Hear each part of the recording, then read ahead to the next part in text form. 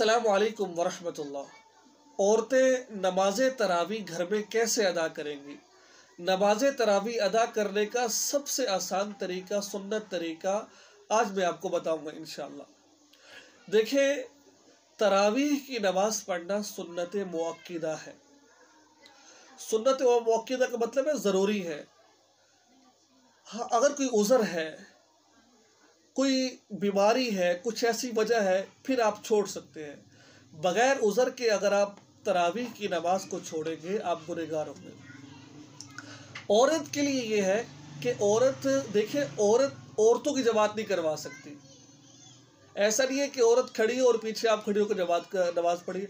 औरत इमाम नहीं बन सकती। इमाम का जो हक अल्लाह ने रखा है, ये मर्द को रखा है।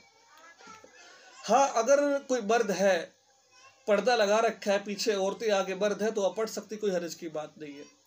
और इसमें तो कुछ तफसील है आगे कि अगर मर्द नमाज पढ़ा रहा है, ठीक है, पीछे औरतें खड़ी है, तो इस सूरत के अंदर मर्द को उन औरतों की नियत भी करनी पड़ेगी कि भाई मैं इन औरतों को भी और नमाज पढ़ा रहा हूँ, ठीक है ना। तो इस सूरत के अंदर ये मर्द पढ़ा सकता है, लेकिन औरत इमाम नहीं बन सकती, ठीक है ना। ये बात ज़रा ज़हन में रखिएगा। अब हमने इसकी नीयत कैसे करनी है, इसको पढ़ना कैसे है? देखिए, इसकी नीयत इस तरीके से की जाती है जैसा कि हम आप रूटीन में नमाज की नीयत करते हैं। सिर्फ तरावी की नीयत कर ले कि अल्लाह मैं 2 रकत नमाज तरावी अदा कर रही हूँ। कुल ये 20 रकते होती है, 8 नहीं पढ़नी, 20 रकते होती है।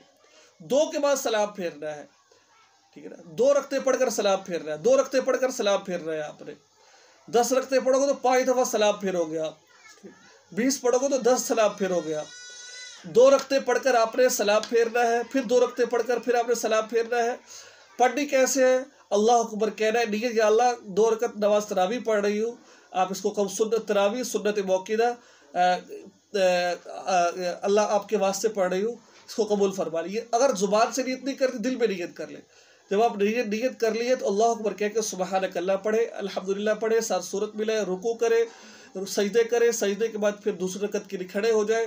दूसरी रकत के लिए जब खड़े हो तो फिर वही अल्हम्दुलिल्लाह पढ़े, सूरत मिलाए और रुकू करे, सजदे करे, अत्तहियात पढ़े, अत्तहियात पढ़कर सलाम पे 2 रकते मुकम्मल, फिर 2 रकते पढ़नी।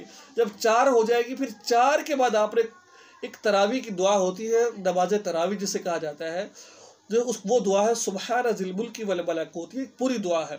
अगर आपको ये दुआ आती है बहुत अच्छी बात, अगर नहीं आती तो आप कोई भी दुआ पढ़ सकते हैं। इस तरह 4-4 कर आपने 20 रकते पढ़ लेनी है आपने। अब रही बात कि कुछ तो वो है कि हमने इसमें पढ़ना क्या है। देखिए, आप इस तरावी के अंदर कुरान पाक में कहीं से भी पढ़ सकते हैं। आप कुरान पाक में, आप पूरे कुरान में आप कहीं से भी आप पढ़ सकते हैं। अगर आपको ज़्यादा सूरतें नहीं आती, अगर 10 सूरतें आती है तो 10 सूरतें आप शुरू हो जाए। पहली रकत में लब तरा, दूसरी में इलाफ, फिर तीसरे में अराई तलदी, चौथी में कुल हुवल्लाह, यानी कि इस तरीके से आप पढ़ लें आप, ठीक है ना। यानी कि 2-2 रखते। अगर आपको 4 सूरतें आती है तो फिर आप ऐसे कर लें, अल्लाह अकबर।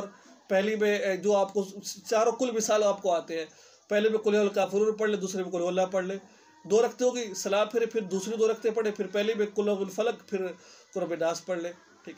अगर आपको 2 ही सूरतें आती है तो फिर आप 4 कोशिश तो करें, आपके कम अज़ कम आपको हर मुसलमान को 10 सूरतें तो लाजमी आनी चाहिए।